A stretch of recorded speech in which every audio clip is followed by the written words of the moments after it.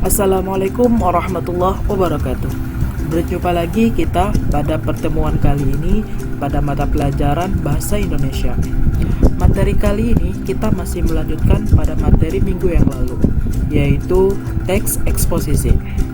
Baik, sebelum kita lanjut ke video berikutnya, Bapak ingatkan lagi, tolong materi ini disimak, dipahami, dan dicatat ya.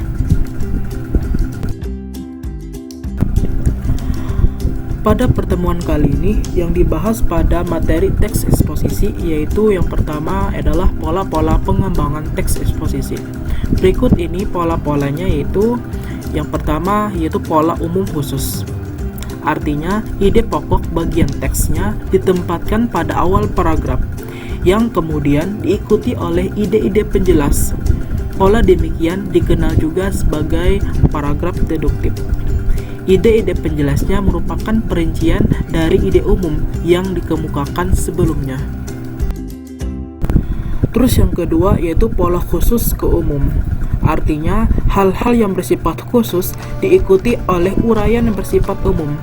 Bagian terakhir dalam bagian teks ini merupakan sebagai simpulan atau rangkuman dari pendapat-pendapat yang dikemukakan sebelumnya. Terus yang ketiga yaitu pola ilustrasi, yaitu sebuah gagasan yang terlalu umum memerlukan ilustrasi-ilustrasi konkret. Ilustrasi-ilustrasi tersebut berfungsi untuk membuktikan suatu pendapat. Dalam hal ini, pengalaman-pengalaman pribadi merupakan bahan ilustrasi yang paling efektif dalam meyakinkan kebenaran suatu gagasan. Terus yang keempat yaitu adalah pola perbandingan. Untuk meyakinkan suatu pendapat, kamu dapat melakukan suatu perbandingan benda-benda, keadaan, atau yang lain. Ditentukan perbedaan ataupun kesamaan berdasarkan aspek tertentu. Dengan cara demikian, keyakinan pembaca atas gagasan yang kita sampaikan akan lebih kuat.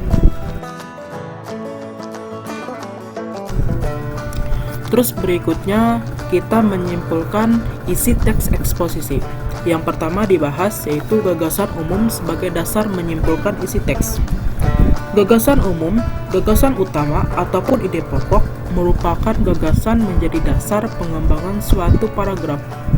Keberadaan gagasan umum suatu teks atau paragraf dapat diketahui setelah membaca teks itu secara keseluruhan.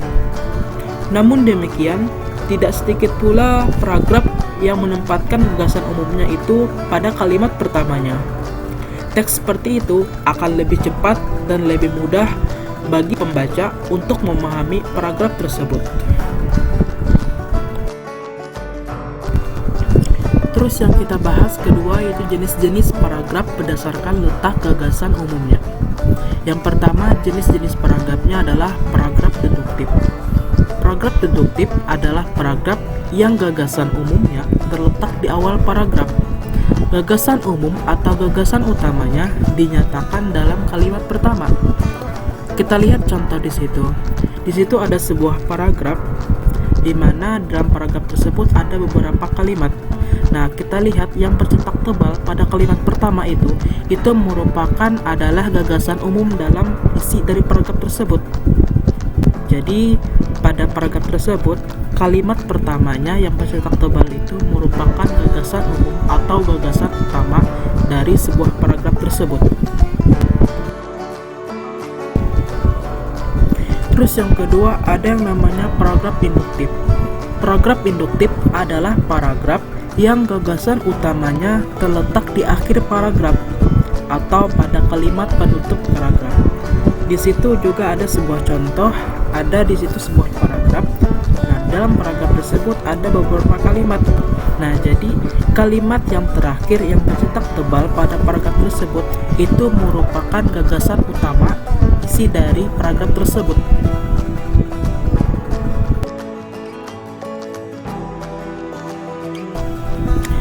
Terus yang ketiga ada namanya paragraf campuran. Artinya, paragraf campuran tersebut gagasan utamanya terdapat ada di awal dan juga terdapat pada di akhir. Kita lihat contoh di bawah. Nah, di situ ada sebuah paragraf. Nah, dalam kalimat awal dan kalimat akhir yang cetak tebal tersebut itu merupakan dari kalimat utamanya. Jadi artinya dalam sebuah paragraf tersebut gagasan utama atau ide pokoknya itu terdapat pada kalimat yang awal dan juga pada kalimat yang akhir.